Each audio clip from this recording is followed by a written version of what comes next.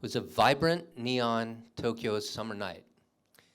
And I walked into the emergency room at the hospital, carrying my 2-year-old daughter, laughing and giggling with her, while I was applying pressure to the nice deep gash she had managed to cut into her left temple while playing with the sharp edge of our coffee table. The nurse walked over to me, had a look at it, and said, I don't think it'll need stitches. I think a piece of tape will take care of it. And I said, okay. And then she said, well, where's the mother? And I said, well, she happens to be out with her friends right now. They're having fun, but don't worry, I can handle this. I'm a professional. Well, I wasn't exactly a professional, but I did have 2 years already as the primary caregiver supporting my spouse's career. So I got to do all of the normal fun things that parents get to do, you know, the swimming lessons, the bike riding, all that.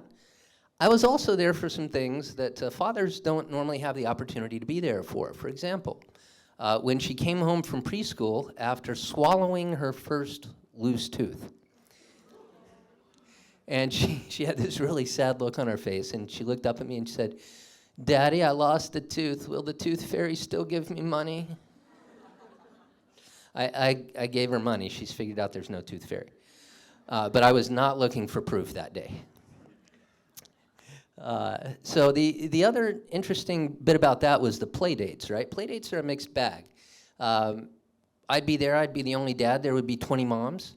And our kids would be playing together nicely, and I'd walk up to one of the moms, and I'd say, hey, how about we arrange a play date for our kids? And they'd look at me, and they'd say, oh, sure. And then I'd say, well, would you like to give me your number? So some of the moms, we ended up arranging the play dates, and we're still waiting for some of those other play dates. So yeah, but back to the primary caregiver bit. It is a bit different when it's a guy as opposed to a lady. I want to do just a little gender experiment here. If everybody could close their eyes for a second. Now imagine a male speaker saying, "I'm the primary caregiver supporting my spouse's career." Got that image? Okay, now change the speaker to a female. Does it feel different? Interesting, right? So exactly a week ago, coincidentally, the BBC News online came out with a story talking about the stigma of being a stay-at-home dad. And as I was reading this article, it struck me. Could we have a worse acronym? I mean, even the acronym is depressing. It's literally SAD.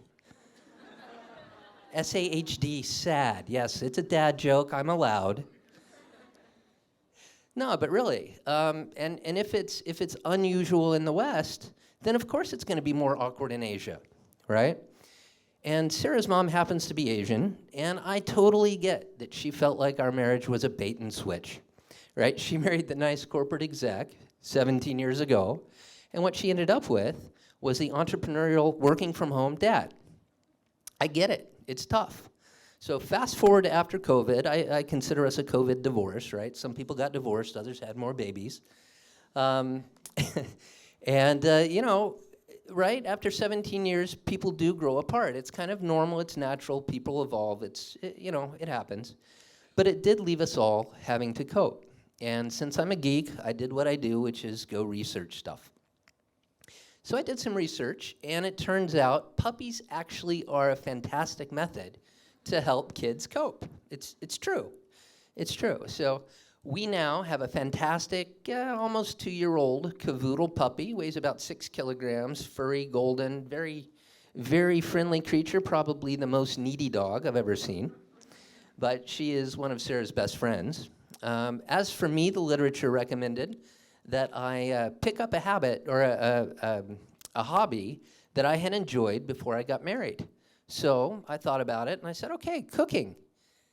Unfortunately, the literature did not tell me that at 51, I cannot cook and eat everything that I used to cook and eat at 30. So this is they need to put something in there about that. So coping strategies. It hasn't been an easy 2 years. I'll be honest, and you know, something that happened a couple of months ago, though, did really make an impact on me.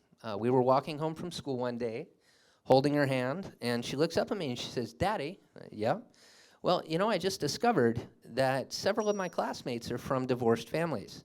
And I said, oh, but you know what? That felt like she was giving herself permission to move on and giving me permission to move on. And that was a really impactful moment for me in my relationship with her. So I have this fantastic young lady over there who unfortunately enjoys dad jokes way too much. I have discovered that I myself have a talent, heretofore undiscovered, as a toenail polish model. Hence my covered shoes tonight. And I've also discovered that love does indeed hurt, especially when your daughter still crawls into bed with you because she can't sleep and ends up kneeing you in the back and elbowing you in the face. So that's our new family unit. We still have a guy and two gals. We just swapped out one band member for another one that's a little bit more furry and always loves to see us come home.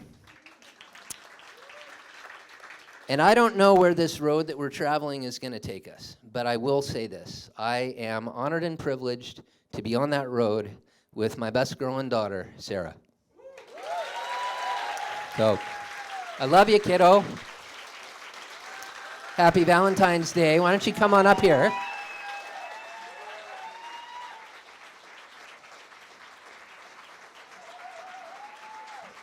you go, babe. Smile.